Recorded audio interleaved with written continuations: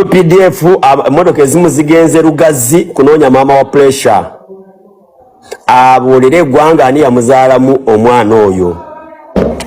ye bava mu Lulyoki basibukawa kyemanyi bambega ba pressure kwe bali abadde Mutuma pressure okuvoola Kabaka wa Buganda kyemanyi live eno kwe muli naye nga maama we agenda kukwatibwa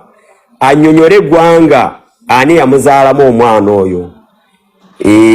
gempuliddeko asibuka mu Bugisu ekyo kye kimu kyempuliddeko but twagala kumanya ani abadde akozesa pressure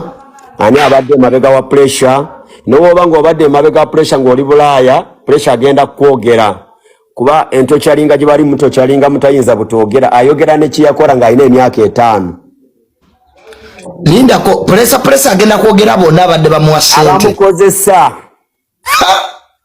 ate ekyo mubeere nga mukimanyi bw'oba ng'omanyi wagambako pressure akole ekintu kyonna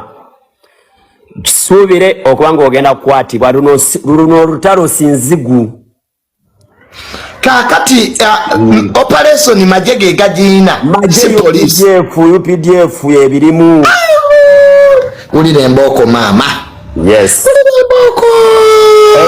ulire mboko bobo manyi nti oli ku live eno nga wagambako pressure vuma Museveni vuma Kabaka wa Buganda vuma Tamale Mirundi bona agenda boogera kuba ayina ne byayogedde nga ayina emyaka 12 n'ebimu abyogedde byakola ng'akyali mwana muto bali bakukuba n'oyogera nekyo wayogera ku myaka gye egy'obuto kati Nalufenya wo wakyali nakati tugenda simbulayo okudda e Kampala kyemanye like 30 minutes tuba tutuuse mujja naye oba mumuleka waawe tujja naye mujja ne presse Kampala yes so kati amajje gagenze kwata maama we dali kumunoonya atubulira ani yamuzaalamu omwana oyo ali kugamba nti Kabaka wa Buganda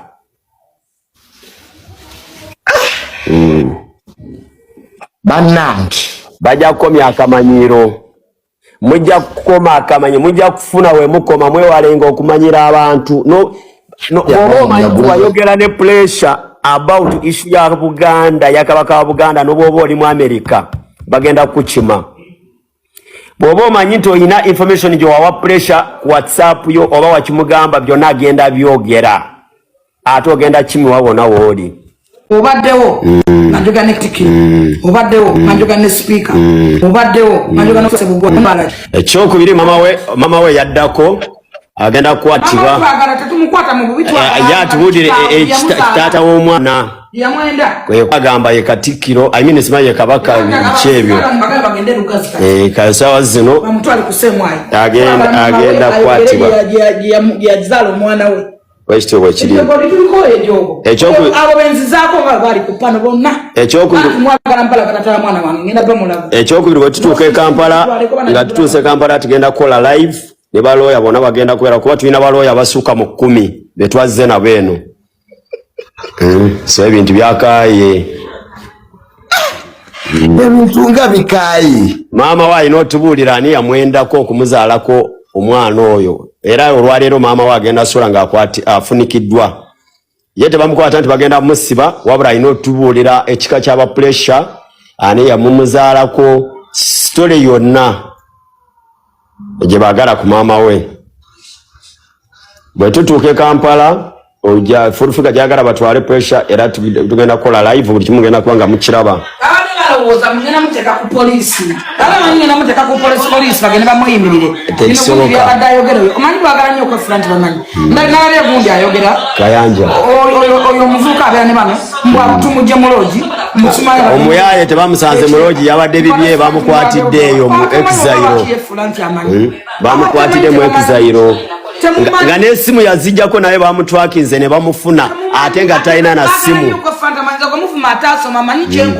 tonowoza ndi Museveni okumpa kwa advisor nalonda bulonde sabulonda ombuuza nnyo office yange weeri njagala ndikutwaleko oba buuza kitaawo weeri nga wetubeera mu meeting za kwa advisor mwesibala bali bwebapita temubeerayo naye gwe bekaseera n'onvuma n'ombuuza office wandabako naakoza application esaba omulimu ombuuza tataawo omwana wange ngaana ompita malaya banyendako emakindi embuntunda mayirungi ojjagala gakooti So ngegagaro junior sawa zino wenjogerera tuli Jinja Nalufenya nze ne full figure Lesha bibi nnyo nga bw'okiwulira. Muri Jinja ne full figure? Yes, naye full figure abadde ayagala bamuzze Kampala. Naye twakedde nnyo ku makya.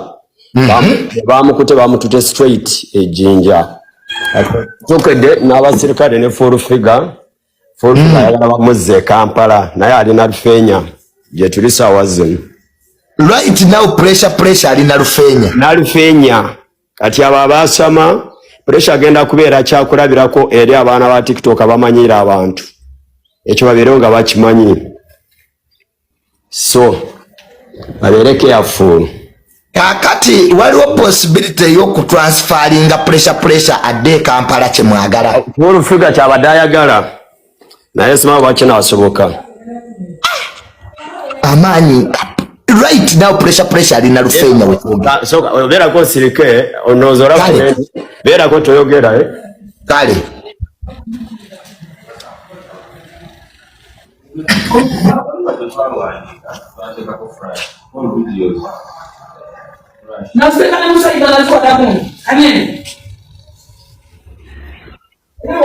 Oyo tomulabye si full figure. Full figure mulabye yeyo police kati kwe muri ababasama baveeko